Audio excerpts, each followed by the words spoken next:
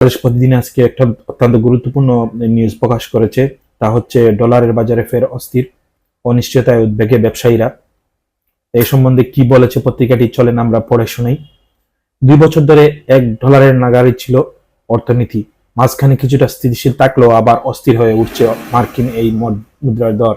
সরকার ঘোষণা দিয়ে দাম বাড়িয়ে দেওয়ার পর খোলাবাজারে অস্থিরতা রেশ আরো বেশি ছড়িয়ে পড়েছে বলে জানা যায়।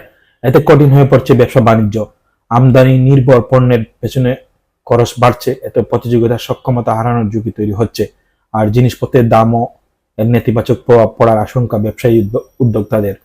সম্প্রতি বাংলাদেশ ব্যাংক নির্দেশনা জারি করেছে যে ডলার প্রতি 123 টাকার বেশি দাম দেওয়া যাবে না। 2025 সালে 1 জানুয়ারি রেমিটেন্স ডলার ও রপ্তানি আয়ের ডলারের জন্য একই দাম প্রযোজ্য হবে। কেউ এর ব্যত্যয় ঘটালে জরিমানা দিতে হবে। বাংলাদেশ ব্যাংক বৈদেশিক মুদ্রার দাম